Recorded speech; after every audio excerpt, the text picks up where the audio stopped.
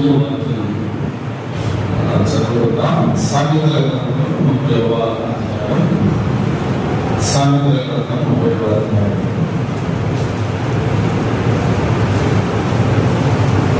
7, 8, 9 వచనాలు చదువుకుందాం. 30వ అధ్యాయం సామెతల గ్రంథం 7, 8, 9 వచనాలు. దేవా, నేను మీతో 2 మనవులు చేసుకుంటున్నాను.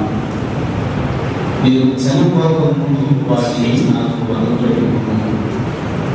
వ్యర్థమైన వాటిని, అబద్ధములను నాకు దూరముగా ఉంచుకున్నాను. పేదరికమైనను ఐశ్వర్యమైనను నాకు దయచేయము. తగినంత ఆహారం నాకు అనుగ్రహించుకున్నాను. ఎక్కువైన వల్ల మీరు కడుపు నిండిన వారని మీరు విసర్జించి యెహోవా ఎవరు అని అనుకునేమో, లేక వేదమై ఉండి నా దేవుని నామం దూషించలేమో. చదవబడిన ఈ లేఖన భాగంలో దేవుడు తన ఆత్మ ద్వారా దీవించబడాక ప్రభునందు ఇలా మనం 30వ అధ్యాయంలో సామెతల గ్రంథంలో 3 వచనాలు చదువుకున్నాం. 7, 8, 9 వచనాలు. ఈ 3 వచనాలలో ప్రార్థన ఉన్నది. దేవాన్ని ప్రారంభించబడటం మనం చదువుతున్నాం. ఇందుకు ప్రార్థన ఎవరు చేశారు అంటే మొదటి వచనంలో మనం చదువుతాం. యాకోబు కుమారుడైన ఆమోను అని మొదటి వచనంలో ఉన్నది. సామెతల గ్రంథంలో సామెతలను, అధ్యాయాలను సొలొమోను రాశాడు. కానీ చివరి ఈ 30వ అధ్యాయం 6 కలిగినటువంటి మాటలు అని, అలాగే 31వ అధ్యాయము 2 కలిగిన మాటలు అని మనం చూస్తాం. 30వ అధ్యాయంలో 6 కుమారుడైన ఆమోను పలికినటువంటి దేవుడికి ఆయన పలికిన ఈ మాటల్లో మధ్యలో ప్రార్థన చేశారు. 7, 8, 9 వచనాలు ఆయన చేసిన ప్రార్థన. 30వ అధ్యాయం అంతా మనం చదివితే చాలా శ్రేష్టమైనటువంటి తలంపు విషయాలు ఆయన రాశారు. మానవుడి యొక్క జ్ఞానానికి అందని విషయాలు, మానవుని యొక్క బుద్ధికి అందని విషయాలు, అలాగే భూమికి ఉనికించేటువంటి విషయాలు, అలాంటి విషయాలు కొన్నిటిని లోతైన సత్యాలు ఉన్న విషయాలను ఆకుడు అధ్యాయంలో రాశారు. అయితే మధ్యలో వారి యొక్క ప్రార్థన కూడా చేశారు. ఆ ప్రార్థన ఆకుడు చేసిన ఆ ప్రార్థన మనం జ్ఞాపకం చేసుకున్నాం, ధ్యానం చేద్దాం. 7, 8, 9 వచనాలలో 3 వచనాలలో ఆయన చేసిన ప్రార్థన ఉన్నది. చిన్న ప్రార్థన కదా. 7, 8, 9 వచనాలు. ఆ 3 వచనాలు చదవడానికి ఎంతకైనా ఉంటుంది. నేను అనుకున్న 50 నిమిషాలు చదవచ్చు కదా. 50 నిమిషాలు అంటే ఎంత చిన్న ప్రార్థన చేశారో చూడండి. ప్రార్థన అంటే మనం చాలాసేపు చేసే ప్రార్థన కాదు. కొన్ని పర్యాయాలకు మనం వీలు బట్టి చిన్న చిన్న ప్రార్థనలు కూడా మనం చేయవచ్చు. మనం ఎంత ప్రార్థన చేసినా కూడా దేవుడు తప్పకుండా వింటాడు. మన ప్రార్థనలను దేవుడు ఆలోచించేవాడు. మన అవసరాన్ని బట్టి, మనకున్న సమయాన్ని బట్టి మనం చిన్న ప్రార్థనలు కూడా చేయవచ్చు. నేను ఎన్నో పర్యాయాలు చెప్పాను కూడా. మనం బండి మీద వెళ్తూ కూడా ప్రార్థన చేసుకోవచ్చు, బస్సులకు ప్రార్థన చేసుకోవచ్చు, నడిచి వెళుతూ ప్రార్థన చేసుకోవచ్చు, సభలు అందులో కూడా అలా ప్రార్థన చేసుకోవచ్చు, అటు ముందు కూడా ప్రార్థన చేసుకోవచ్చు. ఒక ముద్రాన్ని ప్రార్థన చేసేదట, అమృతో నన్ను కూడా తూర్పు అని ప్రార్థన చేసేదట, బట్టలు ప్రార్థన చేసేదట. ఎవరి నన్ను కూడా ఇట్లా ఉతుకు అని ప్రార్థన చేసేలాగా చూడండి. చిన్న చిన్న ప్రార్థన, కానీ అందులో ఎంత మంచి ప్రార్థన ఉంది. నన్ను కూడా ప్రభు అంటే కదా, నాకు ఎంతో కుటుంబ ప్రభు, నన్ను కూడా బాగా ప్రభు అంటే దేవుడికి అర్పించుకుంటుంది. చేయమని నన్ను కూడా గుర్తు అంటే నాలో చాలా గురి ఉంది, నన్ను కూడా శుభ్రం చేయాలి ప్రభువుకి అప్పగించుకోవడం అన్నమాట. కనుక చిన్న చిన్న ప్రార్థనలు కూడా దేవుడు ఆలకిస్తారు. పర్యాయాలు మనం ఆయా పూడికల్లో ప్రార్థన చేయాలంటే దాదాపు 7-10 నిమిషాలు ప్రార్థన చేసేవాళ్ళు కూడా ఉంటారు. అంతసేపు ప్రార్థన చేయటం సమయాన్ని బట్టి మనం క్లుప్తంగా ఏ కార్యక్రమం కూడా జరుపుకోవడం మంచి. చిన్న ప్రార్థన చేశారు. 7-8 వచనాలు ఆగుడు చేసినటువంటి ప్రార్థన చదువుతున్నాం. చూడండి, 7వ వచనం ఆయన చేసిన ప్రార్థన ఏంటో మనం ధ్యానించాలి. దేవా, నేను మీతో 2 మనవులు చూసుకుంటున్నాను. ఎన్ని మనవులు చేస్తున్నాడట? 2 మనవులు చేస్తున్నాడు. మనం ఎన్ని మనవులు చేసుకుంటాము? మనం మోకరిస్తే చాలా విషయాలు చెప్తాం కదా, మన కుటుంబం చాలా అవసరాలు, ఎన్నో విషయాలు చదువుతాం. కానీ ఇక్కడ ఆవులు దేవుని సన్నిధిలో ప్రార్థన చేస్తూ 2 మనవులు చేసుకుంటున్నాను అన్నాడు. 2 మనవులు చేశారు. దాన్ని ఒకసారి ప్రార్థన చేస్తూ నేను దేవుని యొక్క ఒక్క వరం అడిగాను. దేవుని ఎన్ని వరాలు అడిగాడట? ఒక్కటే అడిగాడు కదా, గుర్తుందా? 27వ కీర్తన చూడండి, మాట చదువుదాం. దావీదు కూడా దేవుని సన్నిధిలో ప్రార్థన చేసేటప్పుడు ఈ 6 2 అడిగితే ఆయన ఒకటే అడిగాడు. ఆ దావీదు కూడా ఆ ఒకటే చూడండి ఏమని అడిగాడు. 27వ కీర్తనలో 4వ వచనంలో మనం చదువుతున్నాం. యెహోవా యొక్క ఒక్క వరము అడిగితే ఏంటి ఆ వరము? యెహోవా ప్రసన్నతను చూచుటకు, ఆయన ఆలయంలో ధ్యానించుటకు, నా జీవితకాలం అంతా నేను యెహోవా మందిరంలో నివసింప కోరుచున్నాను అని. దేవుని మందిరంలో జీవితకాలం అంతా కూడా నాకు నివసించాలనుంది, ఆ వరము నాకు అయ్యా అని దావీదు ఒక వరము దేవుడిని అడిగాడు. 6 అడిగాడు, 2 అడిగాడు. 2 మానవులు నేను చేసుకుంటున్నాను అన్నాడు. మరి నువ్వేం అడుగుతున్నావు? అసలు వాక్యం అడుగుతున్నావా? ప్రార్థన చేసుకుంటున్నావా? అసలు ప్రార్థన చేస్తున్నావా? దేవుని సన్నిధిలో దేవుని పిల్లలు ముఖ్యంగా 2 లక్షణాలు కలిగి ఉండాలి. వాక్యం చదవడం ఉండాలి, తప్పకుండా. 2వది ప్రార్థన చేసుకోవడం. ఈ 2 ప్రతి విశ్వాసి కలిగి ఉండాలి. వాక్యం చదవాలి, ప్రార్థన చేయాలి, ప్రార్థన చేసుకోవాలి. కొన్నిసార్లు కొంతమందిని కలుసుకున్నప్పుడు ప్రార్థన చేయండి అంటే ప్రార్థన కొంతమంది కొంచెం వెనకడుగు వేస్తారు. ప్రార్థన చేయమంటే అంటే ప్రార్థన చేయలేవా? కనుక ప్రార్థన చేయాలి, వాక్యం చదవాలి, ప్రార్థన చేయాలి. ఆవులు దేవుని సన్నిధిలో ప్రార్థన చేస్తూ 2 మనవులు అడిగాడు.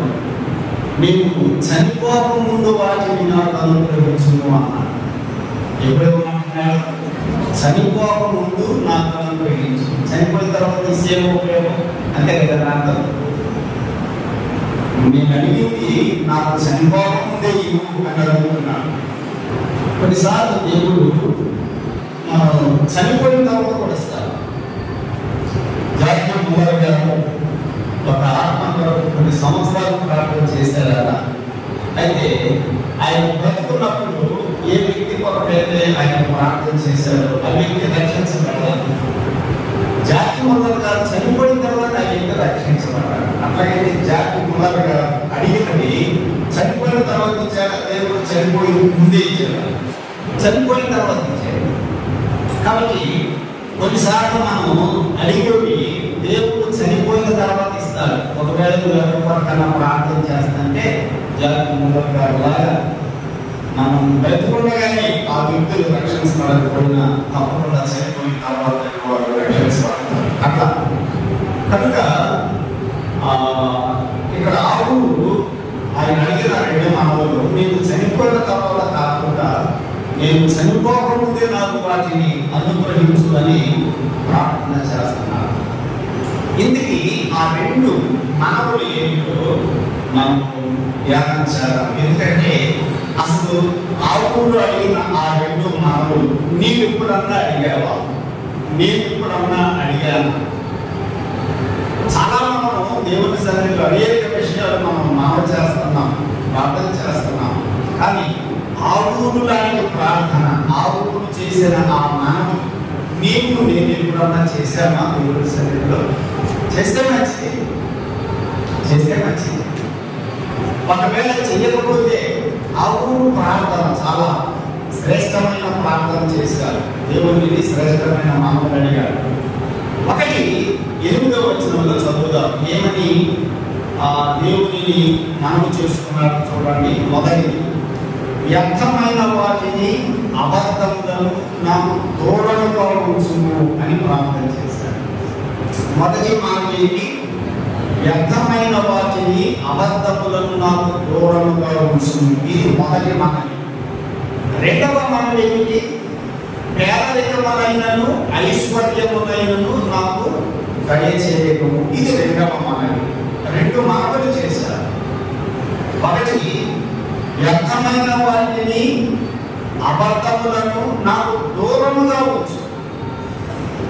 అది నా జీవితంలో ఉండకూడదు, అది నా జీవితంలో ఉండకూడదు, కనపడకూడదు. నేను కూడా వాటికి దగ్గర కాకూడదు, అవి కూడా నాకు దగ్గర కాకూడదు. వాటికి నేను దూరంగా ఉండాలి, నాకు అవి కూడా దూరంగా ఉండాలి. నాకు దూరంగా ఉంచు అని ప్రార్థన చేశాను. నేను కూడా ప్రార్థన చేసేవా? నాకు దూరంగా ఉంచు. ఎవరికి దూరంగా ఉంచాలి? కొన్నిసార్లు మన బంధువులను దూరంగా ఉంచమని మనం ఆలోచన చేస్తాం కదా. వాళ్ళు దూరంగా ఉండాలి, నాకు వాళ్ళని దగ్గరగా అది కోరుకుంటాం. అది కరెక్ట్ ప్రార్థన కాదు, అది కరెక్ట్ ఆలోచన కాదు. అసలు దూరం చేయవలసినవి ఉన్నాయి, దూరంగా ఉంచవలసినవి ఉన్నాయి. కొన్నిసార్లు అంటారు కదా, వాడిని దూరంగా వేయడానికి కూడా వాడిని దూరంగా ఉంచాలి. అంటే ఆ వ్యక్తి జీవితం సరిగానప్పుడు అట్లాంటి కూడా దూరంగా ఉంచడం అది కూడా విషయం. కానీ ప్రతి వాళ్ళను కూడా దూరంగా ఉంచమని అడగడం కరెక్ట్ కాదు, దూరంగా ఉంచమని కోరడం కూడా కరెక్ట్ కాదు. కానీ ఆ ఊరు వ్యక్తులను దూరంగా ఉంచమని కోరడం లేదు. కానీ దేవుడిని వ్యర్థమైన వాటిని అబద్ధములను నాకు దూరముగా ఉంచము అని ప్రార్థన చేస్తున్నాను. దేవుడిని అది మనం చేసుకుంటున్నాం. అలాగే పిల్లరా, మనము కూడా దేవుని సన్నిధిలో అనేక విషయాలు మనం చేస్తున్నాం. కానీ ఎప్పుడన్నా నువ్వు అయ్యా నాకు కూడా ఇదిగో ఈ విషయం దూరంగా ఉంది, ఈ విషయం దూరంగా ఉంది, ఇది నా ఆత్మీయ జీవితానికి సరికాదు, ఇది నా ఆత్మీయ జీవితానికి సరిపడదు, దీనివలన నా జీవితం ఇంకా పాడైపోతుంది, నా సాక్ష్యం పాడైపోతుంది, నా భక్తి జీవితం పాడైపోతుంది. కనుక ఇలాంటి వాటిని నా జీవితంలో లేకుండా వాటిని దూరం చేయని ఎప్పుడన్నా ప్రార్థన చేసావా? ఆ ఊరు రెండు విషయాలలో తనకు దూరముగా ఉంచడానికి ప్రార్థన చేస్తున్నాడు. ఏమేంటి? ఒకటి, వ్యర్థమైన వాటిని నాకు దూరముగా ఉంచు. అవి నాకు దగ్గరగా ఉంటే నా జీవితమే వ్యర్థమైపోతుంది. వ్యర్థమైనవి మన జీవితంలో ఉంటే అవి వాటికి మన దగ్గరైనా అవి మనకు దగ్గరగా ఉన్నా మన జీవితమే వ్యర్థం. వ్యర్థమైన వాటికి నువ్వు దూరంగా ఉండాలి, వ్యర్థమైన వాటిని నువ్వు దూరం చేసుకోవాలి. అది నీ జీవితానికి దగ్గరగా ఉన్నా, వాటికి నీ జీవితం దగ్గర అవుతున్నా జాగ్రత్త, అవును ప్రార్థన చేసుకోవడం కూడా లేని వల్ల నీ జీవితం కూడా వ్యర్థమైపోతుంది. వ్యర్థమైన వాటిని నాకు దూరముగా ఉంచుము. 119వ కీర్తనలో ఇంకొక ప్రార్థన చూడండి. ఆయన చేసిన ప్రార్థనలో 119వ కీర్తన 37వ వచనం చదువుకుందాం. 37వ వచనం, వ్యర్థమైన వాటిని చూడకుండా, వ్యర్థమైన వాటిని చూడకుండా నా కన్నును తిప్పివేయము. నా వల్ల కాకుండా నేను తిప్పుకోలేకపోతున్నా, అయ్యా నీవే నా కన్నులను తిప్పివేయు అని ఆ భక్తుడు ప్రార్థన చేసుకుంటున్నాడు. ఏం చూడకుండా? వ్యర్థమైనవి చూడకుండా. ఆ ఊరు ప్రార్థన కూడా అదే కదా, వ్యర్థమైన వాటిని నాకు దూరం చేయి, వ్యర్థమైన వాటిని నేను చూడకూడదు, వ్యర్థమైన వాటిని నేను వినకూడదు, అలాంటి వాటికి నా జీవితంలో దూరం చేయి అని ఆ ఊరు ప్రార్థన చేస్తున్నాడు. వ్యర్థమైన వాటిని చూడకుండా నా కన్నులను తిప్పివేయు. చూస్తున్నావా? వ్యర్థమైన వాటిని నువ్వు చూస్తున్నావంటే నీ జీవితంలో వ్యర్థమైనది దగ్గరకు చేసేది అర్థం. నీ జీవితము వ్యర్థమైన వాటికి దగ్గరైపోతుంది, లేకపోతే వ్యర్థమైనవి నీ జీవితానికి దగ్గరవుతున్నాయి. వాటిని నీవు దగ్గర చెయ్యనిస్తున్నావు, నీ జీవితము వేస్ట్, వ్యర్థం.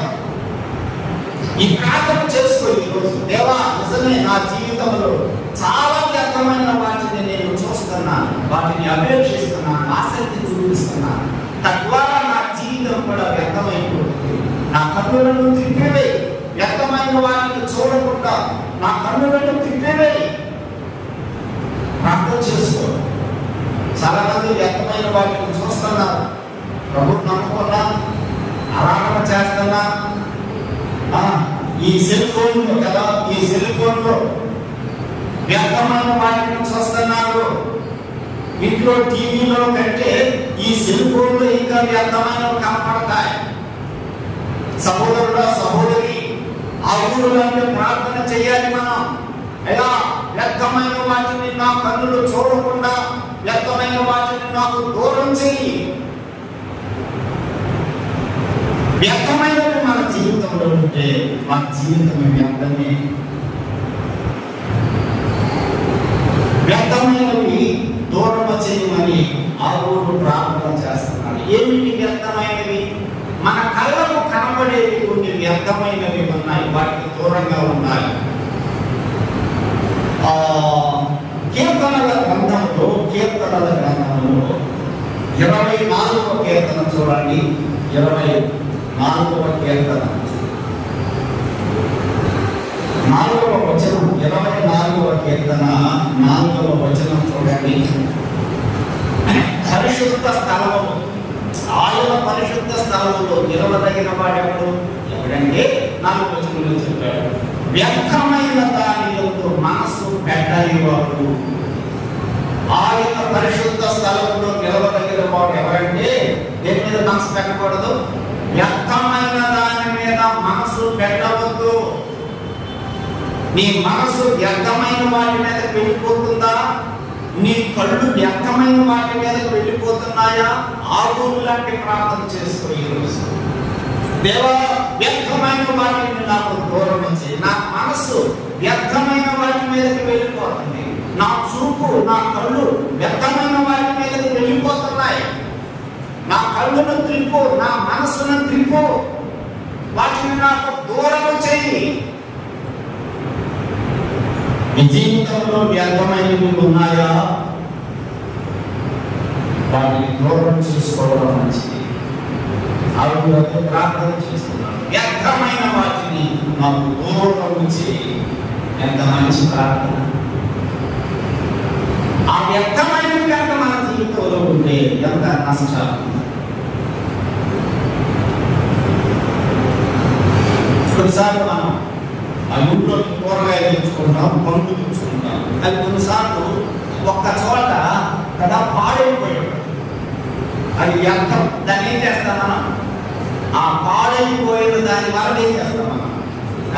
కత్తితోటి ఆ చాకు దాన్ని కట్ చేసి ఆరవేస్తాం. ఒకవేళ దాన్ని కూడా అలాగే ఉంచుకుంటే ఆ మిగిలినది కూడా ఏమైపోయింది? పాడైపోయింది. అందుకని ఆవులు గమనించాడు, నా జీవితంలో కనుక వ్యర్థమైనది కనుక ఉంది అంటే నా జీవితం అంతా, నా భక్తి జీవితం అంతా స్పాయిల్ అయిపోతుంది. అందుకని దేవాదూరం చేయి అని ప్రార్థన చేశాడు. 119వ కీర్తన భక్తుడు కూడా, నా కళ్ళు తిప్పివేయి, నా వల్ల కాకల్లా తిప్పివేయి. వ్యర్థమైన వాటి మీద నా మనసు పోతుంది, త్రిపివేయి, దూరం చేయి. వ్యర్థమైనవి నీ జీవితంలో ఉన్నాయా? మన జీవితంలో వ్యర్థమైనవి ఇంకేమో చూడండి. పౌలు రాశాడు ఎఫెసీ పత్రికలో, ఎఫెసీ పత్రిక 5వ అధ్యాయంలో, ఎఫెసీలకు రాసిన పత్రిక 5వ అధ్యాయం 6వ వచనం చూడండి. 6వ వచనం, వ్యర్థమైన మాటల వలన అన్నాడు. ఏంటి వ్యర్థమైనవి? మాటలు కూడా వ్యర్థమైనవి ఉన్నాయా మన జీవితంలో? మాటలు కూడా వ్యర్థమైనవి, గుర్తుపెట్టుకో. కళ్ళతో చూసేవి వ్యర్థమైనవి, మనసుతో ఆలోచించేవి వ్యర్థమైనవి, మన ఆలోచనలు కూడా వ్యర్థం. అలాగే మన మాటలు కూడా ఏం చెప్పండి? నీ నోట్లో నుంచి వ్యర్థమైన మాటలు వస్తున్నాయా? ఆలోచనలకు ప్రార్థన చేసుకో. అయ్యా, వ్యర్థమైన వాటిని నాకు దూరం చేయ. నా మాటలు వ్యర్థం, నా నోట్లో నుంచి వచ్చే మాటలు వ్యర్థమైన మాటలు వస్తున్నాయి. యేసు ప్రభువు చెప్పాడు కదా మార్కు సువార్త 7వ అధ్యాయంలో, హృదయములో నుండి బయట వెళ్తున్నవి మనుషులు ఏం చేస్తాయి? అపవిత్రం చేస్తాయి. అలాగే నీ నోటిలో నుండి వచ్చే మాటలు వ్యర్థమైన మాటలు వస్తే నువ్వేమైపోతావు? అపవిత్రమే. మన నోటిలో నుండి వచ్చే మాటలు అవి వ్యర్థమైనవైతే మనము అపవిత్రులమైపోతాం. అందుకనే మన మాటలు ఎలా ఉంటున్నాయి, మన చూపులు ఎలా ఉంటున్నాయి? వ్యర్థమైనవి కోరుతున్నామా? వ్యర్థమైన మాటలు మనం మాట్లాడుతున్నామా? యేసు ప్రభువు చెప్పాడు మత్తయి సువార్తలో, వ్యర్థమైన ప్రతి మాటను బట్టి రేపు దేవుడికి ఏం చెప్పాలి? విమర్శ జనంలో లెక్క చెప్పాలి. ఈ మాటలన్నీ దేవుడు నోట్ చేస్తున్నాడు. నా మాటలన్నీ దేవుడు నోట్ చేస్తున్నాడు. మన నోటిలో నుండి వచ్చే మాటలు కనుక వ్యర్థమైనవైతే, విమర్శ జనమున ప్రతి మాట అన్నారు. మనము మాట్లాడే ప్రతి వ్యర్థమైన మాటలు రేపు దేవుడికి విమర్శ జనమున లెక్క చెప్పాలని చెప్పారు. చూడండి, మత్తయి సువార్త 12వ అధ్యాయం, మత్తయి సువార్త 12వ అధ్యాయం 36వ వచనం. ఒకవేళ నీ మాటలు కూడా వ్యర్థమైన మాటలా, నీవు కళ్ళతో చూసేవి వ్యర్థమైనవా, నీ మనసు పోతున్న విషయాలు వ్యర్థమైనవా, అలాగైతే ఆవులు లాంటి ప్రార్థన చేసుకో. చూడండి, మత్తయి సువార్త 12వ అధ్యాయంలో ప్రభు ఏం చెప్పాడు? 36వ వచనం, నేను మీతో చెప్పుకున్నది ఏమనగా, మనుషులు కొరకు వ్యర్థమైన ప్రతి మాట. ఆ మాట నోట్ చేసుకుని బైబిల్లో ప్రతి మాట. అలాగైతే మన ప్రతి మాటను కూడా దేవుడు వింటున్నాడు, గుర్తుపెట్టుకో. ప్రతి మాటను ప్రభు రికార్డు చేస్తున్నాడు. అన్ని నోట్ అయిపోతున్నాయి, అన్ని నోట్ చేసేస్తున్నాడు ప్రభు. ప్రతి మాట నుంచి విమర్శ లేకుండా ఏం చెప్పాలి? దేవుడికి లేక చెప్పాలి. అందుకని ఆడు ప్రార్థన చేస్తున్నాడు, దేవా దేవా రేపు లెక్క చెప్పాల్సి వస్తుంది, నా నోట్లో నుండి వ్యర్థమైనవి వస్తున్నాయి, వాటిని నాకు దూరం చేయని ప్రార్థన చేస్తాను. చెప్పండి, దేన్ని దూరం చేసుకోవాలి మనం? దేన్ని దూరం చేయమని దేవుడిని అడగాలి? వ్యర్థమైన వాటిని దూరంగా ఉంచు, వ్యర్థమైన వాటిని దూరంగా ఉంచు. ఏమి వ్యర్థమైనవి? చూడకూడనివి ఉన్నాయి, అవి వ్యర్థమైనవి, చూడకూడదు. కొన్నిటి మీదకి మన మనసు లాగుతుంది, అవి వ్యర్థమైనవి, వాటికి దూరంగా ఉండాలి. మన నోటిలో నుండి వచ్చే మాటలు వ్యర్థమైనవి, వాటికి దూరంగా ఉండాలి. ఇదే సామెతల గ్రంథంలో మనం చదువుతాం 31వ అధ్యాయంలో ఇంకొకటి వ్యర్థమైనది. ఏంటిది? 30వ వచనం చూడండి, 31-30. అందము మోసకరము, సౌందర్యము వ్యర్థం. సౌందర్యము వ్యర్థం. దేవుడిచ్చిన అందం చాలు, దేవుడిచ్చిన సౌందర్యం చాలడానికి ఇంకా ఎక్స్ట్రా ఏమన్నా కావాలా? దేవుడి దిగుగా మనకి ఎంత అందం పెట్టాలో, ఎంత సొగసుగా మనం ఉండాలి ఆయన తెలుసా తెలియదా? ఇంకా ఎక్స్ట్రా ఎక్స్ట్రా కావాలా? అది వ్యర్థం, అది దాని అర్థం. అందము మోసకరము, సౌందర్యము వ్యర్థం. నాకు దేవుడు ఇచ్చిన అందం చాలు, దేవుడు ఇచ్చిన సౌందర్యం చాలు. ఇంకా నువ్వు ఎక్కడ కనపడాలి, ఇక్కడ కనపడాలని నువ్వు ప్రభువు కోరుకుంటే అది వేస్ట్. ఈ ప్రార్థన చేయాలి, అయ్యా అయ్యా అయ్యా నా మనసు లాగుతుంది, నేను ఇంకా అందంగా కనపడాలి, నేను ఇంకా సౌందర్యంగా కనపడాలి. ఈ వ్యక్తమైన వాటి మీద నా మనసు పోకుండా వాటికి నాకు దూరం చేయండి. ప్రార్థన చేసుకోవాలనుకుంటున్నాను. ఇక్కడ చేసేటట్టు ప్రార్థన మన జీవితంలో వ్యర్థమైనవి లేదా? మన మాటలు వ్యర్థం కాదా? మన చూపులు వ్యర్థం కాదా? సౌందర్యం కోరుకోవడం వ్యర్థం కాదా? కాబట్టి ఇలాంటివన్నీ కూడా వ్యర్థమై ఉండగా ఆరు లాంటి ప్రార్థన మనకి ఎంత అవసరమో చూడండి.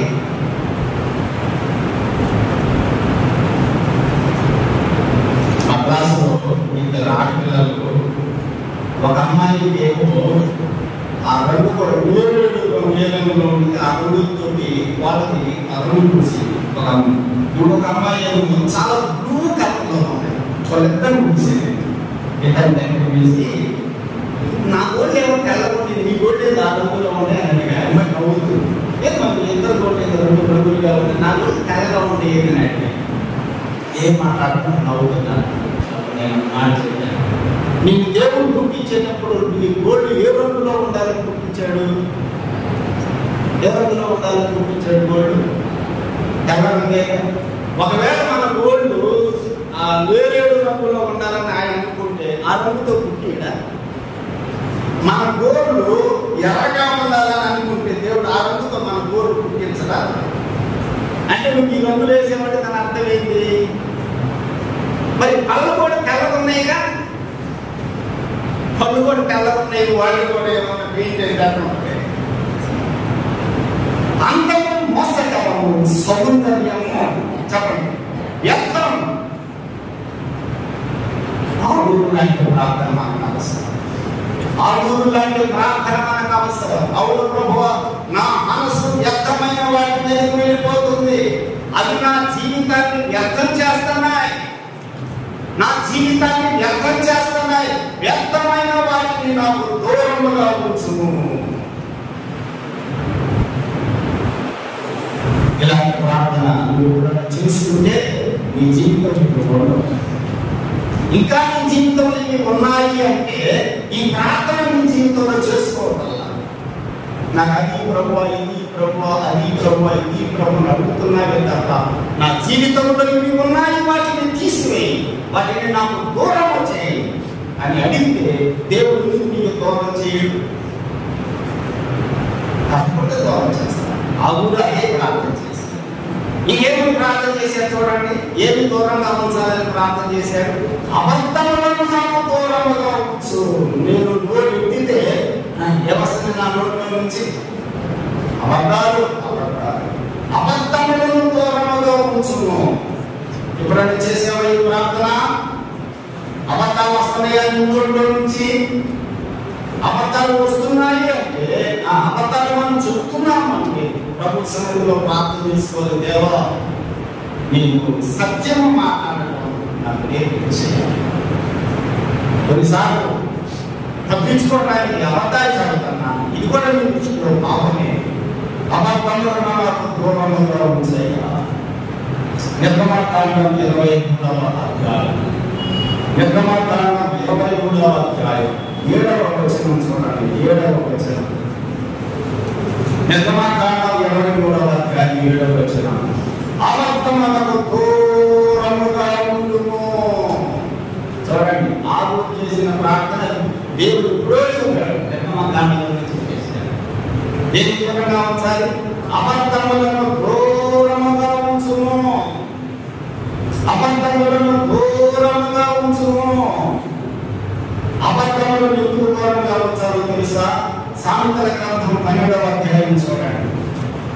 సామెతల గ్రంథం 12వ అధ్యాయం 22వ వచనం. 22వ వచనం, అబద్ధమాడు పెదవులు యెహోవాకు హేయములు, సత్యవర్తనలు ఆయనకు ఇష్టులు. అని మన నోటిలో నుండి సత్యము మాట్లాడుతుంటేనే ఆయన ఇష్టపడతారు. మన నోటిలో నుండి అబద్ధాలు వస్తుంటే ఆయన ఏం చేస్తారు? హేయము అంటే అసహ్యం, అసహించుకుంటారు. మాట్లాడుతున్నామా మనం అబద్ధాలు? చేసే అబద్ధం అంటారు కదా, మాట్లాడితే అబద్ధం, వస్తున్నాయా నీ నోటి నుంచి అబద్ధాలు, భర్తకి అబద్ధం, భార్యకు అబద్ధం, తోటి సహోదరులకు అబద్ధం, ఆఫీసులో ఆఫీసర్లకు అబద్ధం, అబద్ధాలు అబద్ధాలు.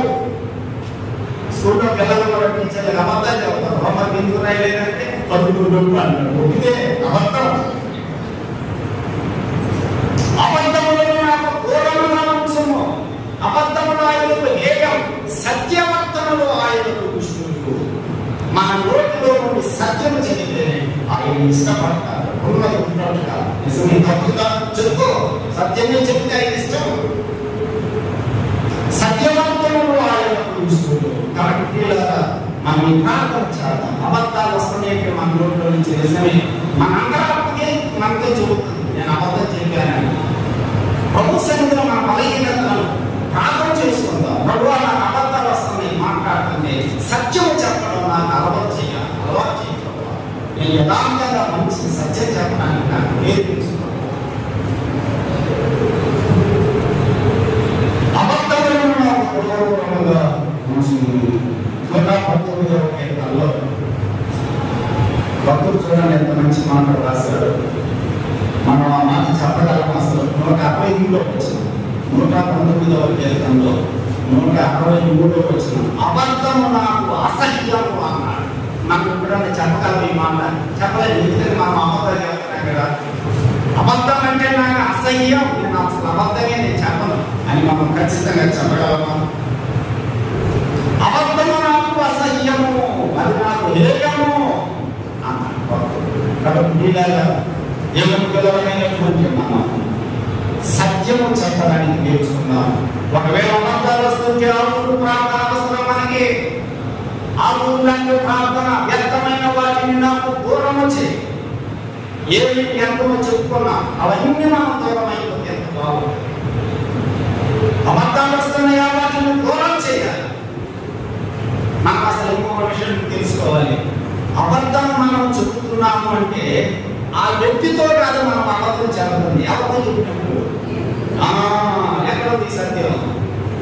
అనగా సభ్యురాలు ఇద్దరు పేదలు దగ్గరికి వచ్చి అబద్ధం చెప్పినప్పుడు అప్పుడు పేదలే ఉంటాడు, నేను నాతో కాదు మీరు అబద్ధం చెప్పండి. ఎవరితో చెప్తున్నారు మీరు అబద్ధం? దేవునితోనే మీరు అబద్ధం ఆడింది. నాతో చెప్తున్నారు అనుకుంటున్నారేమో, మనుషులతో కాదు దేవుడితో అబద్ధం చెబుతున్నాము. పెద్ద సహోదరుడు సహోదరి మనం ఎదుటి వారికి అబద్ధం చెబుతున్నామంటే అది దేవుడికే మనం అబద్ధం చెబుతున్నాం. కాబట్టి అర్థం ప్రార్థించాలి. దేవా నాకు సత్యము ఉండాలి, నేను సత్యమే పలకాలి, అబద్ధములను నాకు దూరంగా ఉంచుతున్నాను. ఇంకోటి ఏంటంటే అసలు మనం అబద్ధం చెప్తున్నామంటే అవలేలగా చెబుతున్నామంటే మన లోపల సాతానుడే ఉన్నాడని అప్పుడు రుజువుకోవాలి. ఎందుకని అబద్ధములకు జనకుడు ఎవరైనా ఉందని యోహాను సువార్త కదా. అబద్ధములకు వాడు జనకుడు అంటే పుట్టించేవాడు. నీ లోపల అబద్ధాలను తయారు చేసి ఒక కర్మకాండ వస్తువులు తయారవుతాయి కదా. అట్లా ఒక అబద్ధం వాడితే నీ అబద్ధాలు వాడాల్సి వస్తుంది అంటారు కదా. ఒక అబద్ధం మనం చెప్పామంటే ఇలాంటి తప్పించుకోవడానికి ఇంకొక అబద్ధం, దాన్ని కల్పించుకోవడానికి ఇంకొక అబద్ధం. కనుక అబద్ధమైన నాకు దూరంగా ఉంచును అని ఆవులు చేసిన ప్రార్థన మనం జ్ఞాపకం చేసేవా? ఇప్పుడు ప్రార్థన దేవా రెండు మనవులు నేను రెండే మనవులు నాకు చాలు. ఒకటి వ్యర్థమైన వాటిని అబద్ధములను నాకు దూరంగా ఉంచును. అవి కనుక నాకు దగ్గరయ్యాయంటే నా జీవితం స్పాయిల్ అయిపోతుంది, నా భక్తి జీవితం పాల్గొంటుంది, నా సాక్ష్యం దెబ్బతింటుంది. కాబట్టి ఈ వ్యర్థమైన వాటిని నాకు దూరంగా ఉంచు. తర్వాత అబద్ధములను నాకు దూరంగా ఉంచు. నేను నా నోట్లో నుంచి సత్యమే చెప్పాలి, వాస్తవమే చెప్పాలి. ఒకవేళ పొరపాటు కూడా నా నోట్లో నుంచి వాస్తవమే కాదు. రెండు విషయాలను ఇక్కడ దూరం చేయమని ఆరుగురు చెప్పాడు. నేను ఇంకొక 5 విషయాలను కలుగుతున్నా దూరంగా, అంటే లేఖనాలలో చూపిస్తాను. ఇంకొక 5 విషయాలను కూడా మనం దూరంగా ఉంచితే మనము మన జీవితం ఎంతో దీవులకరంగా ఉన్నది. ఇంకొక 5 విషయాలను కూడా నేను జ్ఞాపకం చేస్తాను. చూడండి, మనం దూరంగా ఉంచమని ప్రార్థన చేద్దాం దేవుడిని. మనకి వ్యర్థమైన వాటిని దూరంగా ఉంచమని ప్రార్థన చేద్దాం. ఒకవేళ మీ జీవితంలో ఉంటే ఈరోజు ఆ ప్రార్థన మొదలుపెట్టు. అబద్ధాలు వస్తున్నాయా నీ జీవితంలో? ప్రార్థన చేసుకో. దేవా, నా నోట్లో నుంచి అబద్ధాలు వస్తున్నాయి, అవి నా జీవితానికి దూరంగా ఉన్నాయి. ఇంకొక 5 విషయాలు త్వరగా జ్ఞాపకం చేస్తాను. యోగు గ్రంథం చూడండి. యోగు గ్రంథం మనం దూరంగా ఉంచవలసినవి. ఒకవేళ మన జీవితంలో ఉంటే అరువులు లాంటి ప్రార్థన చేద్దాం. నాకు వాటిని దూరం చేయమని ప్రార్థన చేద్దాం. చూడండి, యోగు గ్రంథం 22వ అధ్యాయం.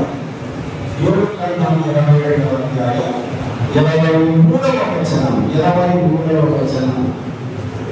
సర్వశక్తుని వైపు నీవు తిరిగిన యెడల నీ గుడారములో నుండి దుర్మార్గము దూరముగా తొలగించిన యెడల నీవు అభివృద్ధి చెందుతావు. దేని దూరం చేసుకోవాలి? దేని దూరం చేసుకోవాలి? దుర్మార్గమును దూరముగా ఉంచాలి. ఎక్కడ ఉన్నది ఆ దుర్మార్గం? ఎక్కడున్నది దుర్మార్గం? నీ గుడారములో ఉన్నది, నీ ఇంటిలో ఉన్నది. గుడారం అంటే ఇల్లు. నీ జీవితంలో ఉన్నదా? నీ ఇంటిలో ఉన్నదా? నీవు అభివృద్ధి చెందలేవు. నీవు అభివృద్ధి చెందాలి అంటే నీ గుడారములో నుండి దుర్మార్గం ఏం చేయాలి? దూరముగా ఉంచుము.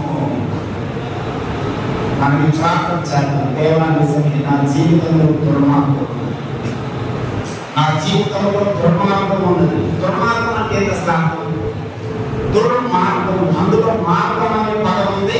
తర్వాత దుర్మార్గం అంటే చెడ్డ మార్గం. దుర్ అంటే చెడు సంస్కృతం. మార్గము చెడ్డ మార్గం అంటే మంచి మార్గములకు వ్యతిరేకముగా మనం చేసేదంతా దుర్మార్గం. మంచికి వ్యతిరేకముగా నీ జీవితంలో ఏదైతే ఉన్నదో అదే దుర్మార్గం.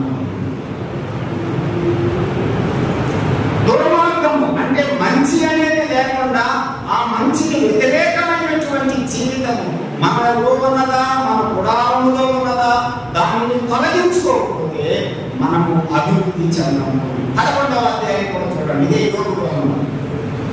యోగు గ్రంథం 11వ అధ్యాయం 14వ వచనం. పాపము నీ చేతుల్లో ఉండుట చూచి నీవు దానిని విడిచెదగలవా? నీ గుడారములో నుండి దుర్మార్గతను నీవు కొట్టివేసిన ఎడల. ఎక్కడి నుంచి కొట్టేయాలి? గుడారంలో ఉన్నది. నీ ఇంటిలో ఉన్నదా దుర్మార్గం?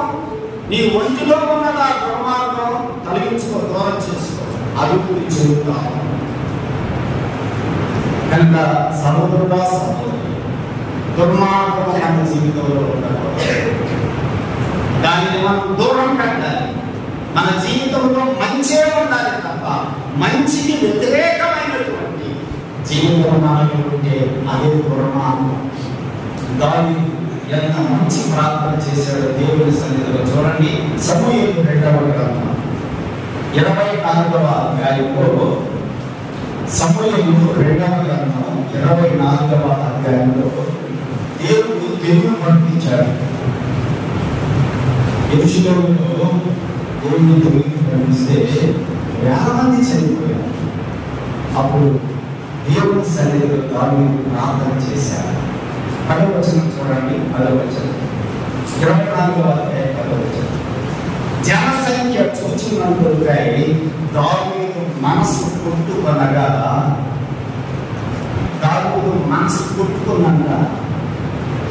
ఎందుకంటే వేల మంది చనిపోయారు యెరూషలేములో ప్రజలు. దేవుడు దేవుడు గమనిస్తే వాళ్ళంతా చనిపోతే దావీదు మనసు పెరగేదాన్ని వెంటనే దేవుని సన్నిధికి ప్రార్థన చేశాడు. చూడండి, నేను చేసిన పని వలన గొప్ప పాపం, నేను ఎంతో అవివేకినై దానిని చేసేది.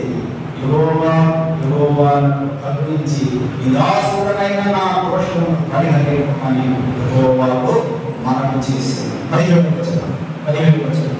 ఇంకేదో ప్రార్థన చేశాడు. దావీదు జనులను నాశనం చేసిన దూతలను కనుగొని యెహోవాను ఎలాగో ప్రార్థన చేసిన చిత్తగించును. పాపము చేసిన వాళ్ళను నేనే, దుర్మార్గముగా ప్రవర్తించిన వాళ్ళను నేనే. నేను ఎట్లా ప్రవర్తించాలని ఒప్పుకుంటున్నాడు. ఎవరైనా ఒప్పుకున్నావా? నేను ఎప్పుడైనా ఒప్పుకున్నానా? అసలు నీకు అనిపిస్తుందా నువ్వు దుర్మార్గంగా పనిచేస్తున్నానని, దుర్మార్గంగా ప్రవర్తిస్తున్నానని?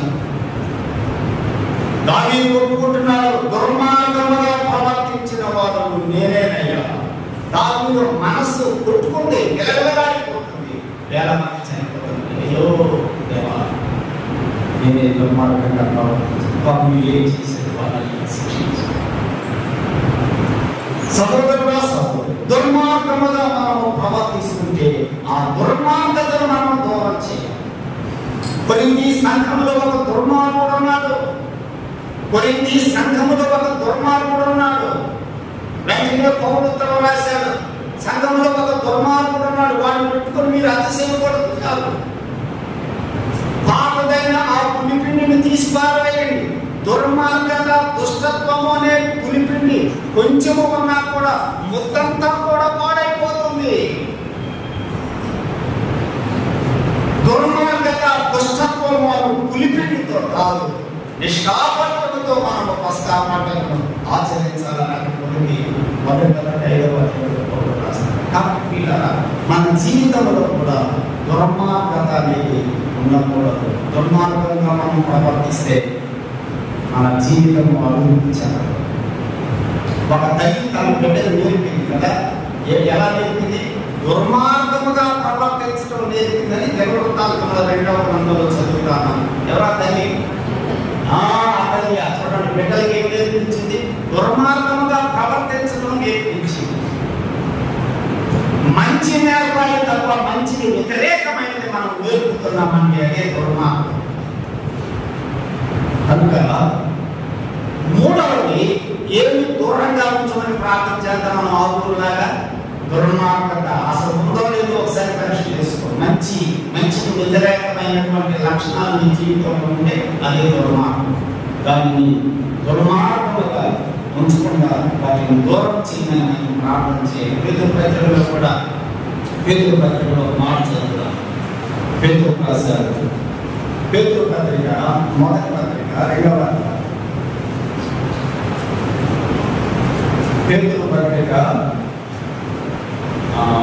2వ అధ్యాయంలో, ఒకవేళ ఎవరైనా మనల్ని నీవు దుర్మార్గంగా ప్రవర్తిస్తున్నావు అంటే మీలో మంచి లేదు, ఈ మంచికి వ్యతిరేకమైన లక్షణాలు మీలో కనబడుతున్నాయి అని కనుక మనల్ని ఎవరైనా కనుక దూషిస్తే అప్పుడు మనం ఏం చేయాలి? అది 12వ వచనం, 2వ అధ్యాయం 12వ వచనం. అన్యజనులు మిమ్మును ఏ విషయంలో దుర్మార్గులను దూషితురో, ఏ విషయంలో నిన్ను నీ వైపు ఏడు పెట్టి చూపించి ఇదిగో ఫలానా విషయంలో నీవు దుర్మార్గుడివి, దుర్మార్గురాలివి. దుర్మార్గం అంటే అర్థం ఏంటిది? మంచికి వ్యతిరేకమైన లక్షణాలు మనలో ఉన్నాయని అర్థం. అది దాని అర్థం. అది చెడ్డ మార్గం, చెడ్డ లక్షణం ఫలానా విషయంలో మీలో ఉన్నదని ఎవరైతే మనల్ని దూషిస్తారో ఆ విషయంలో మనం ఏం చేయాలి? పేతురు రాశారు చూడండి, ఆ విషయంలో వాడు మీ సత్క్రియలను చూడాలి. చూస్తున్నారా? ఇంకా దుర్మార్గం మీద చూస్తున్నారా? బ్రదర్ మీలో ఈ చెడు ఉంది, మా సిస్టర్ మీలో ఈ చెడు ఉన్నది, ఈ సరికాదు మీలో అని ఎవరైనా కనుక మనల్ని ఏలు పెట్టి చూస్తున్నప్పుడు ఏం చేయాలి? ఆ విషయంలో నెక్స్ట్ టైం మనం ఏం చూడాలి? వాళ్ళు సత్క్రియలను చూడాలి. ఇంకా ఈ అనుభవం ఏ విషయంలో అన్యజనులు దుర్మార్గులను దూషించారో ఆ విషయంలో అన్నట్టుగా ఆ విషయంలో వారు సక్రియలను చూడాలి, మీలో మార్పులు చూడాలి. చూడగలుగుతున్నారా? ఇదే పేతురు పత్రిక 3వ అధ్యాయం 16వ వచనంలో చూడండి. 3వ అధ్యాయం 16వ వచనం చివరి మాట. అప్పుడు మీరు దేని విషయమై దుర్మార్గులని దూషింపబడుతురో దాని విషయమై క్రీస్తునందున్న మీ సత్ప్రవర్తన మీద అపనింద వేయు వారు సిగ్గుపడుతురు. చూసారా? ఏ విషయంలో దుర్మార్గులని దూషిస్తారో ఆ నెక్స్ట్ టైం వీళ్ళు వాళ్ళు ఏ విషయమైన చూపించారు నెక్స్ట్ టైం వీళ్ళు కనపడకూడదన్నమాట. ఆ విషయంలో సత్ప్రవర్తన వీళ్ళు కనపడితే ఆ అపనింద వేసే వారు ఏమవుతారు నెక్స్ట్ టైం సిగ్గుపడతారు. సరిచేసుకుందాం ఆ దుర్మార్గతను మనం దూరంగా ఉంచుకుందాం. ఆ రోజు చేసిన ప్రార్థన చేద్దాం. మనం కూడా అయ్యా వ్యక్తమైన వాళ్ళని నాకు దూరం చేయి, అబద్ధాలు వస్తున్నాయి అబద్ధాలను నాకు దూరం చేయి, అయ్యా పలానా వాళ్ళు నాలో ఏదో చూపిస్తున్నారు ఇది నాలో ఉందని, నిజమే దేవా నాలో కనపడుతుందని నాకు కూడా అర్థమవుతుంది, నేను నాకు దూరం వచ్చి ప్రార్థన చేసుకోవాలి. ఇలాంటి ప్రార్థన ఈ ప్రార్థన మనకు అవసరం. మరొక మాట చూడండి, కొరింథీయులకు రాసిన మొదటి పత్రిక 4 ఒక 7 విషయాలు త్వరగా జ్ఞాపకం చేస్తాను. ఏది దూరంగా ఉంచాలని మనం కూడా ప్రార్థన చేసుకున్నాము. మరొక మాట చూడండి, 10వ అధ్యాయం 14వ వచనం. 10వ అధ్యాయం 14వ వచనం. నా ప్రియులారా విగ్రహారాధనకు దూరంగా పారిపోండి. ఏది దూరం చేయాలి మనం? ఏది దూరం చేయాలి? విగ్రహారాధన దూరం చేసుకోవాలి. ఉందా నీ జీవితంలో విగ్రహారాధన? నేను గతంలో కూడా జ్ఞాపకం చేశాను కదా, లెక్కమాకాండ ధ్యానాలలో కూడా ఏ రూపంలో కూడా మీరు విగ్రహం పెట్టుకోవద్దు అని పదార్థంలో దేవుడు ఇశ్రాయేలీయులకు ఆజ్ఞాపించాడు. అదొక విగ్రహారాధన చేయదు. అయితే మన ఇళ్లలో ఎవరి ఇళ్లలో కూడా విగ్రహాలు లేవు. యేసు ప్రభు బొమ్మను కూడా పెట్టుకోకూడదు. అయితే అసలు విగ్రహం ఏమిటంటే యేసువేలు గ్రంథం 14వ అధ్యాయంలో మనం చదువుతున్నాం. యేసువేలు గ్రంథం 14వ అధ్యాయం 3వ వచనం చూడండి. అసలు విగ్రహం ఏంటిదో 3వ అధ్యాయం 3వ వచనం 14వ అధ్యాయం 3వ వచనం. నరపుత్రుడా, ఈ మనుషులు తమ హృదయములలో విగ్రహములను నిలుపుకొని, విగ్రహాలు ఎక్కడ పెట్టారు? టేబుల్ మీద కాదు, లేకపోతే సెల్ఫుల్లో కాదు, అలమరుల్లో కాదు, విగ్రహాలు నిలబెట్టింది. ఎక్కడున్నాయో విగ్రహాలు? హృదయములోనే నిలబెట్టుకున్నారంట. హృదయములోనే విగ్రహాలు నిలబెట్టుకొని దోషము పుట్టించు అభ్యంతరములు తమ ఎదుట పెట్టుకున్నారు. ఇలాంటి విగ్రహారాధనకు మనం త్వరగా మీ హృదయంలో ఉన్న విగ్రహం అయ్యా మీ హృదయంలో ఉన్నది విగ్రహం. ఎక్కడున్న విగ్రహం అంటే టేబుల్ మీద కాదు, లేకపోతే ఆ సెల్ఫ్లో కాదు, కబోర్డ్స్ లో కాదు విగ్రహాలు ఉంది, అలమరాల్లో కాదు విగ్రహాలు ఉంది. నీ హృదయంలోనే విగ్రహం పెట్టుకున్నావు. హృదయంలో ఎవరుండాలి? ఇదిగో నేను తలుపునంతా నిలుచుండి తలుపుతున్నాను, తలుపు తీస్తే నేను లోపలికి వస్తాను. అలాగే హృదయం అనేది తలుపు తీసినప్పుడు ఎవరికి రావాలి? లోపలికి యేసు ప్రభు అంటారు. కానీ ఇప్పుడు మనకి లోపల యేసు ప్రభు కావాలి. ఎవరన్నారు? ఒక విగ్రహం ఉంది. ఏమన్నా విగ్రహం? ఎవరా విగ్రహం?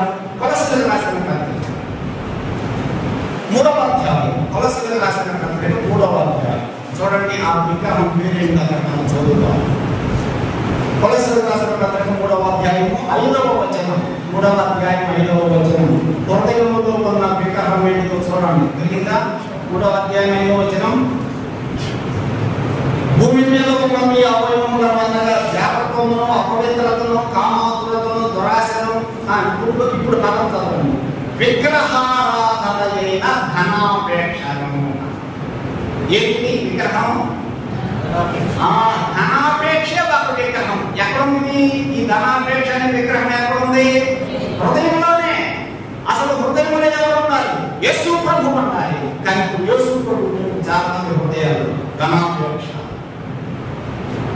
మీలో యేసు ప్రభు మీద కంటే కూడా దేని మీద అపేక్ష ఎక్కువగా ఉందో అదే విగ్రహం అన్నమాట. అది ఒక వ్యక్తి యేసు ప్రభు దగ్గరికి వచ్చాడు, ఒక యవనస్తుడు యేసు ప్రభు దగ్గరికి వచ్చాడు.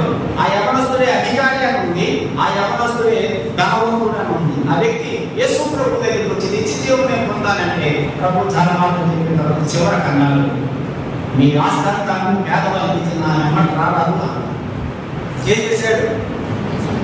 అతను వ్యసనపడుతూ వెళ్ళిపోయాడు. అతని హృదయంలో ఏముంది? ధనాపేక్ష. అమ్మో ఇంత డబ్బు తిరుగుతుంది అంటే అంట, అమ్మో ఇంత డబ్బు, అమ్మో డబ్బు.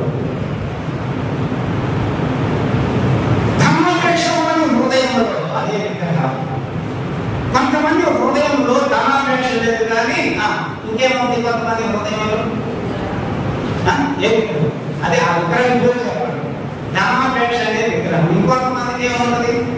ఉద్యోగమే. ఉద్యోగం అంటే చాలా మందికి పిచ్చి. దేవుని సన్నిధి కంటే కూడా ఉద్యోగం చాలా మందికి ఇష్టం. వాళ్ళ హృదయంలో అడుగుతుంది. కొంతమందికి కుటుంబం అంటే చాలా ఇష్టం. వాళ్ళ హృదయంలో కుటుంబానికి ఇచ్చిన ప్రాధాన్యత ఏంటి?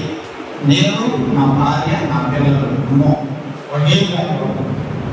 హృదయంలో యేసు ప్రభువు లేడు. హృదయంలో డబ్బు పిచ్చి కొంతమందికి జాబు పిచ్చి, రాత్రి పగలు పరాట. కొంతమందికి కుటుంబం పిచ్చి. నీకే పిచ్చి ఉందో? మనకందరికీ ఉండాల్సిన పిచ్చి ఒకటి. ఏ పిచ్చి? దేవుడి పిచ్చి. ఇంకా పిచ్చి ప్రభు పిచ్చి ఉంటే చాలు. యేసు ప్రభువే ఉండాలి మన హృదయంలో. ఆయన వాక్యమే ఉండాలి. ఆయన మందిరముల గురించిన ఆలోచనలు ఉండాలి. ఆయన సంఘముల గురించిన ఆలోచనలతో మన హృదయం నింపబడాలి తప్ప ఈ హృదయంలో ఇక దేవుడికి కూడా స్థానం ఉంది అంటే అది విగ్రహారాధన. దానికి దూరంగా ఉండు. ఈ హృదయంలో ప్రభువు సన్నిధి ప్రాధాన్యత ఉన్నదా? ఎన్ని చెప్పుకున్నాం? ఎన్నిటికి దూరంగా ఉండాలని మనం ప్రార్థన చేద్దాం చెప్పండి. వ్యర్థమైన వాటికి దూరంగా ఉండాలి, అబద్ధాలకు దూరంగా ఉండాలి, దుర్మార్గతకు దూరంగా ఉండాలి, విగ్రహారాధనకు దూరంగా ఉండాలి. ఇంకొక 3 విషయాలు మనం చెప్పుకొని ముగించాలి. తిమోతికి రాసిన 2వ పత్రిక 2వ అధ్యాయం 14వ వచనం. ఆ రెఫరెన్స్ వరకు నేను టచ్ చేసి ముగింపు చేస్తాను. తిమోతికి పౌలు రాసిన 2వ పత్రిక 2వ అధ్యాయం 14వ వచనం చూడండి. దేనికి దూరంగా ఉండాలన్నా వినువారిని చెరుపుటకే కానీ దేనికి పనికిరాని మాటలను గురించి వాదము పెట్టుకోవద్దని వారికి సాక్ష్యం ఇచ్చుచున్నాను. మొదటి పత్రిక 6వ అధ్యాయం చూడండి 20వ వచనం. అక్కడ చెప్పబడింది. ఇప్పుడు ఇక్కడ తర్వాత ఇక్కడ 6వ అధ్యాయం 20వ వచనం. ఓ తిమోతి, నీకు అప్పగింపబడిన దానిని కాపాడి అపవిత్రమైన ఒట్టు మాటలను జ్ఞానం అని అబద్ధంగా చెప్పబడిన విపరీత వాదములకు దూరంగా ఉండు. దేనికి దూరం? వాదములకు దూరం. అది వాదం పెట్టుకునేటువంటి మనసు కొంతమందికి ఉంటుంది. వాదం పెట్టుకుంటారు. టీవీలలో కూడా పెరిగిపోతారు. ఒక టాపిక్ మీద వాళ్ళని పిలుస్తారు, ఈ పిలుస్తారు. ఆ ఛానల్ వాళ్ళని పిలుస్తారు, వీళ్ళని పిలుస్తారు. వాళ్ళిద్దరు కూర్చొని కూర్చోబెడితే ఈ టాపిక్ మీద వీళ్ళిద్దరు వాదం పెట్టుకున్నారు. చివరికి వేరేది ఉండదు. అరగంట తర్వాత వీడియో నాదే కరెక్ట్ అని వీడు వెళ్ళిపోతారు, వీడియో నాదే కరెక్ట్ అని వీడు వెళ్ళిపోతారు. చివరికి వేరేది ఏమన్నా వాక్యం ఏం చెబుతుంది? వాదములతో వాటికి దూరంగా ఉండు. ఈ డిబేట్లు, ఆర్గ్యుమెంట్లు ఎన్నిందుకు? బైబిల్ చెబుతున్నటువంటి సత్యం ఏంటంటే వాదములు పెట్టుకోవద్దు, వాటికి నువ్వు దూరంగా ఉండు. తిమోతి 2వ పత్రిక మనం చదివిన మాట, దేనికి పనికిరాని మాటలను గురించి వాదము పెట్టుకోవద్దు. వాదములకు దూరంగా ఉన్నా. ఒక సంవత్సరం క్రితం నా దగ్గరికి వచ్చి, అన్న నువ్వు వాళ్ళతోటి చెప్పచ్చు కదా, క్రిస్మస్ పండుగ లేవు, ఈస్టర్ లేవు, గుడ్ ఫ్రైడే లేవు, చేయవు కదా, వాళ్ళతో నువ్వు ఆర్గ్యుమెంట్ పెట్టుకొని నా దేవుని వాళ్ళతో వాదన చేసుకొని వాళ్ళని నా ప్రభు నాకు నేర్పిన సత్యం ఇది, దాని గురించి ఏం పెట్టుకోవాలంట వాదం పెట్టుకొని వాళ్ళని లాగాలంట. అయ్యే పని కాదు. వాళ్ళని నమ్మేది వాళ్ళు చేసుకుని నేను ఇది నమ్మేది నేను చేసుకుంటాను. నా ప్రభు చెప్పాడు ప్రభు ఇది చేయండి అని అపోస్తలులు కూడా చెప్తే నేను చేస్తాను. వాళ్ళు చెప్పాడేమో చేసుకొని దీని గురించి వాదం ఎందుకు? వాదములకు దూరంగా ఉండు. ఇంకొక మాట చూడండి, ఏం చెప్తున్నాం ఇప్పుడు? దేనికి దూరంగా ఉండాలి? ఇవన్నీ మనలో ఉంటే వీటికి దూరంగా ఉండాలని మనం ప్రార్థన చేయాలి. వాదములు పెట్టుకునే మనసు కొంతమందికి ఉంటుంది. గిల్లుకొని మనందరూ మాట్లాడుతున్నావురా, ఎందుకు నీతో అనవసరంగా ఆర్గ్యుమెంట్లు? 119వ కీర్తన 29వ వచనం. 119వ కీర్తన 29వ వచనం. కపటపు నడత నాకు దూరము చేయము. ఆ ఊర్లాకి వీళ్ళు కూడా ప్రార్థన చేస్తున్నాడు. 119వ కీర్తన రాసిన ఎవరు ప్రార్థన చేస్తున్నాడు? కపటపు నడత నాకు దూరంగా ఉంచు ప్రభా. చర్చిలో పోతే నేను అందరి ముందు బాగానే ఉంటున్నా, ఆఫీసులో ఇంటి దగ్గర అట్లా ఉండడం నేను నాదంతా కపటం, నాకు దూరంగా ఉంచు. నీ మనసాన్ని గర్విస్తుందా? కపటపు నడత, కపటం అంటే మోసం. అమ్మునోను ఎంత కపటమో చూడండి. అబ్షాలోము చెల్లెలని పాపు చేయడానికి వాడు కదా జ్వరం వచ్చినట్టుగా యాక్షన్ చేశాడు వాడు కదా. జ్వరం లేదు, ఏమి లేదు, మనలో కూడా భక్తి లేదు, ఏమి లేదు. కానీ ఇక్కడికి వస్తే మాత్రం మనం అంతా ఏం చేస్తాం? యాక్షన్ చేస్తాం. భక్తి పనులు లాగా, శాంతమూర్తులు లాగా ఇదిగా ఎగురుతూ ఉంటాం. ఏళ్ళొచ్చే మేము శాంతమూర్తులు లాగా దాన్ని ఏమంటారు? అదే కపటం. కపటపు నడత నాకు దూరం చేయి. మందిరంలోనే నేను దేవదూతలా ఉంటున్నాను, ఇంటి దగ్గర కూడా నేను అంత దేవదూతలా ఉండే మనసు నాకు ఈ ప్రభువా. అదే ప్రాబ్లం. కపటపు నడతను నాకు దూరం చేయము. అమరుడులా మనం ఉండకూడదు. కపటం నతనేయుల గురించి యేసు పంపించిన సాక్ష్యం, ఇతడు నిజముగా ఇశ్రాయేలు, ఇతని యందు ఏ కపటము లేదని సాక్ష్యం. ఇది ఎక్కడ కూడా ఒకే విధంగా ప్రవర్తిస్తాడు. మందిరంలో ఒక రకంగా, ఇంటి దగ్గర ఒక రకంగా, ఆఫీసులో ఒక రకంగా ఉన్నాడు. మందిరంలో ఎక్కడ ఉంటారో ఇంట్లో కూడా అట్లా ఉంటాడు, ఆఫీసులో కూడా అట్లానే ఉంటాడు, వ్యాపారంలో కూడా అట్లానే ఉంటాడు. ఇతని యందు ఏ కపటము లేదు, మోసం లేదు. ఒకవేళ మనలో ఉన్నదా దానికి దూరం చేయమని మనం దేవుని సన్నిధిలో ప్రార్థన చేయాలి. చివరిగా సామెతల గ్రంథం 23వ వచనం, సామెతల గ్రంథం 20వ అధ్యాయం 3వ వచనం, కలహమునకు దూరముగా ఉండుట అనే మాట చెప్తుంది. దేవుని దూరంగా ఉండాలి, కలహమునకు దూరంగా ప్రార్థన చేసుకున్నాం. ఒకవేళ కలహాలు కాళ్ళు దుక్కుతున్నామా, కాళ్ళు దుక్కే మనసు ఉందా మనతో? దేవా అయ్యా నాకు కలహాలకి మనసు పాపం వస్తున్నాడు, పడుతున్నాను అయ్యా నాకు దూరం చేయాలి. ప్రార్థన చేసి కలహములకు మనము దూరంగా ఉండాలి. ఆ ప్రార్థన చేసేవాళ్ళు కూడా అయ్యా నేను కలహాలు వెళ్తున్నాను, అందరితో సమాధానంగా ఉండలేకపోతున్నాను, ప్రార్థన చేసుకొని ఈరోజు ఆరుగురు ప్రార్థన ఉండాలి మన జీవితాల్లో.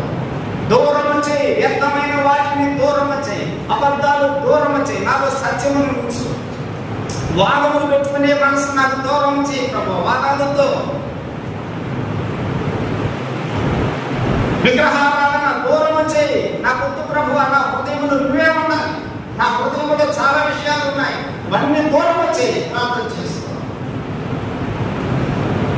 కలహాలు అబ్రహాము మన ఇద్దరం బంధువులు, మనకేమనకూడదు?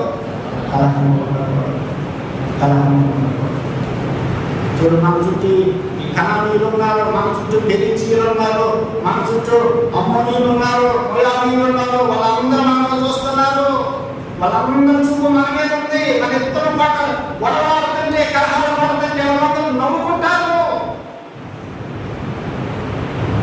కలహాలకు దూరంగా వచ్చు, అందరి కళ్ళు మన మీదే ఉంటాయి. అరే వద్దు, మన మీదే ఉంటాయి, మన ఇద్దరు కనిపిస్తున్నారు. కలహాలు మనం దూరంగా ఉన్నాం. నాకు కలహమును దూరం చేయమని ప్రార్థన చేసుకో. మనలో కలహం లేకుండా ఉండాలంటే తగ్గించుకుంటే అబ్రహాం తగ్గించుకున్నాడు. వెళ్ళిపోతారు